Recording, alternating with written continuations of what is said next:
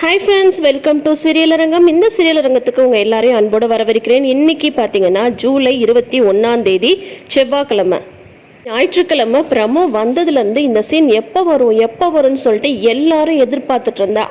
அந்த மாதிரி ஒரு வெறித்தனமான ஒரு எபிசோடு, பயங்கரமாக சூப்பராக இந்த எபிசோடு ஹிட் அடிக்க போகுது. டிஆர்பியும் பார்த்தா எகிற போகுது.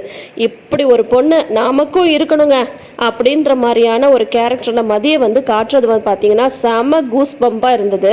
என்னன்னு சொல்லிட்டு பார்த்தா நேற்று மதிக்கிட்ட ரொம்ப ஃபோர்ஸ் பண்ணி நடந்துக்க பார்க்குறாரு சுரேஷ். அப்புறம் மதி வேண்டாம், முதல்ல நம்ம ரெண்டு பேருக்குள்ள இருக்கிற இஷ்யூ எல்லாம் முடிச்சுட்டு அதுக்கப்புறம் நம்ம லைஃப்பை ஸ்டார்ட் பண்ணான்னு சொல்லும்போது அதெல்லாம் முடியாது, இன்னைக்கு என் லைஃப்பை ஸ்டார்ட் பண்ணி ஆகணும்னு ரெண்டு பேரும் சண்டை போட.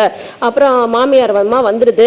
அந்த அம்மா ஒரு நீதி நேர்மை நியாயம்னா என்னன்னே தெரியாத ஒரு ஜீவன் அந்த மாமியார் இல்லையா, மாமனார் ரெண்டு பேருமே தான்.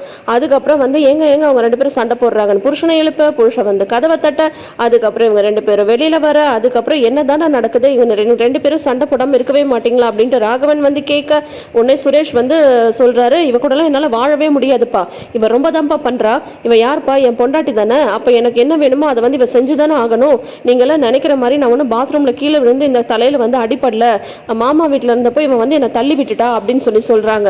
ஐயோ, என் பையனை கொலை பண்ண பார்த்தாலா அப்படின்ற மாதிரி உடனே அந்த மாமியார் வேற பயங்கரமா படம் போடுது. அந்த மாதிரிலாம் இல்லை அப்படின்னு சொல்லிட்டு மலருமே சொல்றாங்க. மதி வேணும்னேலாம் அந்த மாதிரி பண்ணல அப்படின்னு சொல்லும் போது, வேணும்னு பண்ணாலும் வேணும் இல்லாம பண்ணாலும் ஆனா பண்ணால இந்த காயம் அதனால தானே வந்துச்சு. அந்த மாதிரி என்ன இப்போ பொண்டாட்டினா அவன் என்கிட்ட பொண்டாட்டி மாதிரி நடந்துக்கணும்ல. நான் இப்போ சொல்கிறேன், எங்கள் ரெண்டு பேருக்கும் கல்யாணம் தான் நடந்ததே தவிர இது வரைக்கும் நாங்கள் புருஷன் பொண்டாட்டியாக வாழவே இல்லை. அதுக்கு அவள் இணங்கியும் வரமாட்டேன்றா, அவள் சொல்கிற மாதிரி தான் நடந்துக்கணும்னு சொல்கிறா. அப்படிங்கும் போது உன்னை மதி சொல்கிறாங்க, நான் அந்த மாதிரிலாம் எந்த ஒரு இதுவும் சொல்லவே இல்லை. முதல்ல லைஃப்பை ஸ்டார்ட் பண்ணுறதுக்கு முன்னாடி நம்மளுக்குள்ள இருக்கிற விஷயம் பிரச்சனை அதெல்லாம் தீரணும் அப்படின்ற மாதிரி தான் நான் சொன்னேன் அப்படின்னு சொல்கிறாங்க. ஏன் இந்த மாதிரி ஹாலில் இதை பற்றிலாம் பேசுகிறீங்க, உங்களுக்கு அசிங்கமாக இல்லை அப்படின்ற மாதிரி மதி சொல்கிறாங்க. எதுடி அசிங்கம், நீ எனக்கு பண்றது எனக்கு அசிங்கமா, இல்லை இந்த மாதிரி விஷயம் இருக்கு அப்படின்றத நான் இங்க சொல்றது அசிங்கமா, அப்போ நீ சொல்ற மாதிரி தான் நான் கேட்கணும்னு சொல்லி நினைச்சிட்டு இருக்கியா, உனக்கு என்னடி அவ்வளோ ஒரு திமிரு, என்ன அவ்வளோ ஒரு திமிரு, நீ சொல்றதை தான் நான் கேட்கணும், நீ என்ன சொல்றியோ அந்த மாதிரி தான் நான் நடந்துக்கணும்னு நினைச்சிட்டு இருக்கியா, அப்புறம் எதுக்கு நீ என்ன கல்யாணம் பண்ண அப்படின்ற மாதிரி சொல்லும்போது என்னதுதான் இங்க நடக்குது அப்படின்ற மாதிரி உடனே அவங்க அப்பா அம்மா பயங்கரமா அட்வைஸ் பண்ண ஆரம்பிச்சிடுறாங்க. என்ன நினைச்சிட்டு இருக்க உன் மனசுல, போலீஸ் ஸ்டேஷன் வரைக்கும் போனேன், அதுக்கப்புறம் பார்த்தா எங்கள் பையனை வேற தள்ளி விட்டுருக்க, நீ ஏன்டா இந்த உண்மை எங்ககிட்ட சொல்லாமல் மறைச்ச அப்படின்னு சொல்லும்போது உடனே பாக்யராஜும் மலரும் சப்போர்ட் பண்ணுறாங்க. இல்லை அது எதிர்பாராமல் நடந்த விஷயம் தான், மதி எதையும் வேணும்னே பண்ணல அப்படின்றது. ஓஹோ, வந்துட்டியா, சப்போர்ட் பண்ண வந்துட்டியா, அவள் என் பையனை அடிச்சு கொல்ல பார்க்குறா, அதுக்கு நீ சப்போர்ட் பண்ணுறியா அப்படின்னு சொல்கிறாங்க. சும்மா நீங்களாம் திருச்சி விடாதீங்க, அந்த மாதிரி நான்லாம் வேணும்னே அவரை அடிக்கவே இல்லை அப்படின்னு சொன்னது, என்னடி மாற்றி மாற்றி பேசிட்டே இருக்கு அப்படின்ட்டு வாய் தகராறு பயங்கரமாக. இந்த பக்கம் அவங்க ஒன்று பேச, அந்த பக்கம் அவரு கோவமா பேசுன்னு ரெண்டு பக்கம் மதிய மலர் தடுக்கிறாங்க. அந்த பக்கம் பார்த்தா சுரேஷ பாகிராஜ் தடுக்கிறாங்க. ரெண்டு பேருக்கும் பயங்கர சண்டை வந்துருது, வாய் வார்த்தை சண்டை தான். ஒரு கட்டத்துல பார்த்தா சுரேஷ் மதிய ஓங்கி அரைஞ்சிடுறாரு. உடனே மதிக்கும் சம கோவம் வந்துடுது. எல்லாரும் முன்னாடி மதியம் திருப்பி சுரேஷ அடிக்கிறாங்க. உடனே என்ன வேலை பண்ணிருக்க நீ, எங்க பையனே நீ அடிக்கிறியா, எங்க கண்ணு முன்னாடியே அடிக்கிறியா, அடிச்சு என் பையனை கொல்ல பாக்குறியா அப்படின்னு அவங்க மாமியார் சொல்லும்போது சூப்பரா ஒரு கேள்வி கேட்கறாங்க. மதி, உங்க பையன் என்ன அடிச்சாருல, அப்ப நீங்க வாயை மூடிட்டு தானே இருந்தீங்க, அவர் எப்படி என்ன அடிக்க முடியும், யார் அவரை என்ன அடிக்கிறதுக்கு அப்படின்னதும், ஓ புருஷன்னா அப்படின்னு அடிக்க கூடாதா, எல்லா வீட்லயும் தான் புருஷன் பொண்டாட்டி அடிக்கிறாங்க அப்படின்னு சொல்லிட்டு ராகவன் சொல்ல, உன்னை மதி சொல்றாங்க, அதை தான் கேட்கிறேன், அது என்ன புருஷன்னா பொண்டாட்டி அடிக்கணும்னு ஏதாவது இருக்கா, இவரை என்ன அடிக்கிறதுக்கு யார் உரிமை கொடுத்தது, யாரும் யாரையும் அடிக்கக்கூடாது, அது புருஷனாக இருந்தாலும் சரி யாராக இருந்தாலும் சரி அப்படின்றது. ஏன் உங்கள் வீட்டில் உங்கள் அப்பா அம்மா ஒன்று அடித்தது இல்லையா அப்படின்னு சொல்லிட்டு அவங்க மாமியார் கேட்க, எங்கள் வீட்டில் எங்கள் அப்பா அம்மா என்னை அடித்ததும் கிடையாது, யாரும் அடிக்கவும் கூடாது, எதுக்கு அடிக்கணும், வாய் பேசிட்டு இருக்கும்போது எதுக்கு அடிக்கணும், இவரை யார் என்னை அடிக்க சொன்னது அப்படின்னு சொல்லிட்டு சொல்கிறாங்க மதி. ஓ அவ்வளோ திமிராடி உனக்கு, அப்போ நீ என்ன அடிப்பியா, எவ்வளோ தைரியம் தான் என்னை அடிச்சிருப்ப அப்படிங்கும் போது, ஏங்க இதுக்கு மேலெல்லாம் முடியாதுங்க, கண்டிப்பாக முடியவே முடியாது, இனிமேலாம் இவளை என்னால் இந்த வீட்டில் வச்சுட்டு இருக்கவே முடியாது, என் கண்ணு முன்னாடியே என் பையனை அடிக்கிறா, கொலை பண்ண பார்க்குறா, இவ என் பிள்ளையோட ஒன்றா இருந்தால் அடிச்சே கொண்டுடுவா போல இருக்கே, இதுக்கு தான் நம்ம பெற்று இவ்வளோ வருஷம் வளர்த்து கஷ்டப்பட்டு வளர்த்தோமா, பிரச்சனை பண்ணணுன்றதுக்காகவே வந்து இந்த வீட்டுக்கு வந்து வந்திருக்கா போல.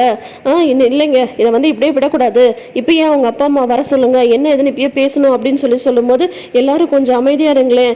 நீங்க வந்து ஃபர்ஸ்ட் சுரேஷ் தான் அடிச்சா, நீ ஏன்டா வாயில பேசிட்டு இருக்கும்போது அவளை எதுக்கடா அடிச்ச அப்படின்னு சொல்லிட்டு பாக்யராஜ் வந்து திட்டுறாரு சுரேஷை. சுமாரன நீ வந்து ஏதாவது வந்து பேசிட்டு இருக்காத, அவ அடிச்சதை பத்தி நீ கேட்கல அப்படின்னு சொல்லும்போது நீ தானே சுரேஷ் முதல்ல அடிச்ச அப்படின்னு சொல்லிட்டு மலருமே சொல்றாங்க.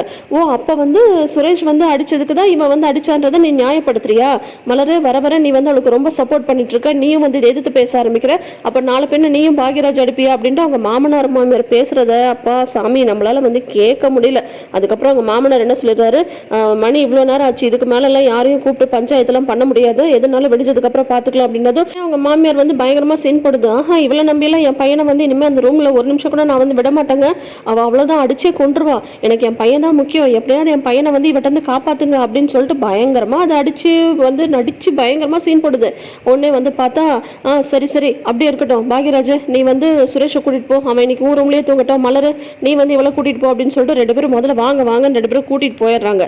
அங்க வந்து என்ன நடந்தது அப்படின்றத மதி வந்து விளக்கமா மலர்ட்ட வந்து சொல்றாங்க. இந்த மாதிரி ஒரு கட்டாயப்படுத்தின விஷயத்தெல்லாம் நீ ஏன்டா பெட்ரூம்ல நடக்க வேண்டிய விஷயத்தை பத்தி ஹாலில் வந்து பேசுற அப்படின்ற மாதிரி வந்து பாக்யராஜ் வந்து சொல்லும்போது போது நிப்பாட்டுன, அதெல்லாம் எனக்கும் இங்கித மாதிரி நடந்துக்கவும் தெரியும், ஆனா அவ தானே இந்த பிரச்சனையை வந்து பெருசாக்குனா, நான் சொன்ன மாதிரி கேட்டிருந்தா நான் இதுக்கு இந்த விஷயத்தை வெளியில சொல்ல போறேன் அப்படின்னது. ஐயோ அது அப்படி இல்லடா, அது வந்து தப்புடா, மதி சொல்ற மாதிரி நீ கேட்டாதான் என்ன அப்படின்னது. முடியாதுண்ணா, அவ சொல்ற மாதிரி நான் கேட்கணுமான்ட்டு என்ன அடிச்சிட்டால அது வேற அவருக்கு பயங்கரமா வெறியேறி போயிடுது. அப்புறம் ஒரு வழியா விடிஞ்சிடுது பார்த்துடுங்க. அதுக்கு முன்னாடியே அவங்க மாமனார் மாமியார் இவெல்லாம் சரிப்பட்டு வரமாட்டாங்க, இந்த குடும்பத்துக்கு சரிப்பட்டு வரமாட்டா, இதை வந்து நம்ம இப்படியே விடக்கூடாது, எவ்வளோ தைரியம் தான் நம்ம கண்ணு முன்னாடியே நம்ம பையனை வந்து அடிச்சிருப்போம் அப்படின்ட்டு ஓவரா அது வந்து பேசிட்டு இருக்கு. அதுக்கப்புறம் அடுத்த நாள் காலையில ஒரு பக்கம் அவங்க அப்பா அம்மாவுக்கு ஃபோன் அடிச்சிடறாங்க. உங்க பொண்ணு என்ன பண்ணா தெரியுமா, என் பையனை கை நீட்டி அடிச்சுட்டா, அதை பத்தி பேசணும், வீட்டுக்கு வாங்க அப்படின்ற மாதிரி சொல்லிட்டு அதுக்கப்புறம் இங்க ஏற்கனவே தங்கராஜ் வந்து பாத்தீங்கன்னா ரேவதி வந்து தங்கராஜை போட்டு கொடுத்துட்டாங்க இல்லையா அவங்க அம்மாட்ட, அதனால அவர் வந்து பயங்கர காண்டா இருக்காரு. டைனிங் டேபிள் அவங்க அம்மா இருக்காங்க, ஹாஸ்பிட்டல் போகணும்னு சொன்னீங்களம்மா, நான் கூட்டிட்டு போகலாம்ல அப்படின்னதும் எனக்கு என்னன்னா உனக்கு என்னப்பா, உங்க அப்பாவையே நான் தான் கொன்னேன், என்ன இதுக்கு நீ ஆஸ்பத்திரிக்கெல்லாம் கூட்டிட்டு போய் காப்பாத்துறேன்னு அவங்க அம்மா ஒரு பக்கம் பாட்டு பாடிட்டு இருக்க. கரெக்டா அந்த நேரம் பார்த்து ராகவன் ஃபோன் அடிக்க, இந்த மாதிரி நடந்த விஷயத்த வந்து சொல்ல, என்னம்மா சொல்றீங்க, தான் நான் இப்பயே கிளம்பி வரேன் அப்படின்னு சொல்ல, அதான் மாமனார் வீட்டிலேருந்து அழைப்பு வந்தாச்சுல்ல, இனிமேல் அவங்களுக்கு வந்து உழைச்சி கொட்டவே உனக்கு சரியாக போயிடும் அப்படின்னதும் என்னாச்சு அப்படின்னதும் மதி வந்து சுரேஷ் அடிச்சிட்டாலாம் அப்படின்னு சொல்லிட்டு சொல்கிறாங்க தங்கராஜ். உடனே அவங்க அம்மா வந்து சொல்கிறாங்க, என்னடா மாற்றி சொல்கிற, சுரேஷ் வந்து மதி அடிச்சிட்டாளா அப்படின்னு சொல்லி கேட்கும்போது, இல்லைம்மா நிஜமாவே மதி தான்மா சுரேஷ் அடிச்சிட்டா அப்படின்னதும், ஐயோ அந்த மாதிரிலாம் பண்ணியிருக்க மாட்டாங்க அப்படின்னதும், உங்கள் அம்மாவும் அப்பாவும் தானடி சொல்கிறாங்க, நீ முதல்ல கிளம்பு, நம்ம போய் என்ன ஏதுன்னு பார்த்துட்டு வந்துடுவோம் அப்படின்ட்டு தங்கராஜ் வந்து கிளம்ப, உடனே ரேவதி வந்து அத்தை அப்படின்றாங்க, என்ன உன் பிள்ளைங்களை நான் பார்த்துக்கணுமா, அதுதானே வழக்கமாக நடந்துட்டு இருக்கு, போய் அந்த குடும்பத்துக்கே உழைச்சி கொட்டுங்க அப்படின்னு சொல்லிட்டு அவங்க சொல்லிடுறாங்க. அதுக்கப்புறம் வாசல்ல இங்கே வந்து பார்த்தா கரெக்டாக வந்து தங்கராஜும் ரேவதியும் வந்து இறங்குறாங்க, மதியோட அப்பா அம்மாவும் வந்து இறங்குறாங்க. உங்கள் பொண்ணு என்ன பண்ணி வச்சிருக்கா பார்த்தீங்களா அப்படின்னு சொல்லும்போது இந்த மாதிரி சம்மந்தி சொன்னார், அதனால தான் வந்திருக்கோம் அப்படின்னு சொல்லிட்டு சொல்கிறாங்க. உடனே வந்து ஒரு பஞ்சாயத்தை கூட்டிடுறாங்க, அவங்க அப்பா அம்மா வந்து நின்றுட்டு இருக்காங்க. அதுக்கப்புறம் வந்து பார்த்தா இன்னும் உங்கள் பொண்ணுனால நாங்கள் என்னெல்லாம் அவமானம் பண்ணோன்னே தெரியல, எவ்வளோ தைரியம் இருந்தால் எங்கள் கண்ணு முன்னாடியே எங்கள் பையனை வந்து அடிச்சிருப்பா உங்கள் பொண்ணு, அது மட்டும் இல்லாமல் மாப்பிள்ளை வீட்டில் இருக்கும்போது தள்ளி வர விட்டுருக்கா, நீங்கள் ஏன் மாப்பிள்ளை இந்த விஷயத்தை எங்ககிட்ட சொல்லலை அப்படின்னு சொல்லிட்டு தங்கராஜ்கிட்ட வர வந்து ராகவன் வந்து கேட்க, இல்லை மாமா தெரிஞ்சால் நீங்கள் வருத்தப்படுவீங்கன்னா சொல்லலை அப்படின்ட்டு. இப்போ ஒட்டுமொத்த டார்கெட் பார்த்தீங்கன்னா மதியோட பேரண்ட்ஸும் தான். அப்புறம் வந்து நீ ஏம்மா மாப்பிள்ளை வந்து அடிச்ச அப்படின்னு சொல்லும்போது, அப்பா நான் ஒன்றும் வேணும்னே அடிக்கல, அவர் தான் முதல்ல அடிச்சாரு அப்படின்னு சொல்லிட்டு மதி வந்து சொல்லிடுறாங்க. அந்த ஒரு ஷாக்கிங்கான ஒரு இன்ஃபர்மேஷனை கேட்டு அவங்க அப்பாவுமே ஸ்டன் ஆகி நிற்கிறாரு. ஸோ ஆல்ரெடி நம்ம ப்ரமோல வந்து பார்த்தாச்சு, அவங்க அப்பா வந்து மதிக்காக தான் சப்போர்ட்டிவாக பேசுகிறாங்க, மாப்பிள்ளை மட்டும் எப்படி என் பொண்ணை அடிக்கலாம் அப்படின்னு சொல்லிட்டு கேட்குறாங்க. கேட்கணும், இந்த மாதிரி கேள்வி வந்து கண்டிப்பாக கேட்டால் தான் இந்த காலத்துலலாம் வந்து பிழைக்க முடியும். மாப்பிள்ளை தெரியாம அடிச்சுட்டாரு, விடுமா நீ அட்ஜஸ்ட் பண்ணிக்கோமா அப்படின்லாம் சொல்லவே கூடாதுங்க. நம்ம மேலே தப்பு இருந்தால் நம்ம ஒத்துக்கலாம், நம்ம மேலே தப்பு இல்லை அப்படிங்கும்போது அது புருஷனாக இருந்தாலும் சரி, அப்பா அம்மாவாக இருந்தாலும் சரி, மாமனார் மாமியாராக இருந்தாலும் சரி, நம்மளுக்காக நம்ம பேசலன்னா நம்மளுக்காக வேற யாருமே பேச மாட்டாங்க. நிறைய சுச்சுவேஷன் எல்லாருமே இந்த மாதிரியான சுச்சுவேஷனை பொண்ணுங்க வந்து கடந்து தான் வந்திருப்பாங்க. சரி குடும்பத்தில் பிரச்சனை வேணான்னு நம்ம எல்லாருமே அமைதியாக போகிறோம், அந்த அமைதியே ஒரு நாள் நமக்கு எதிராக புயலாக வந்து திரும்பும் பார்த்தீங்களா, அப்போ நம்மளுக்காக கை கொடுத்து காப்பாற்ற யாருமே இருக்க மாட்டாங்க. அப்போ நம்ம தனியாக தான் நம்மளே தான் பேசி நம்மளுக்காக நம்மளே தான் வாதாடி, அதோட வந்து பார்த்தீங்கன்னா வாதாடுறதோட நம்மளுக்கு நல்லவங்க பேரும் கிடையாது.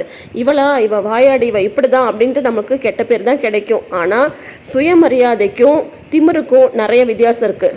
மதி வந்து எதிர்பார்க்கறது சுயமரியாதை தான், மதிக்கிட்ட இருக்கிறது திமிரு கிடையாது. அதனால யாரும் வந்து இந்த பொண்ணு திமிரு பிடிச்ச பொண்ணு அப்படின்னு சொல்ல தேவையில்ல.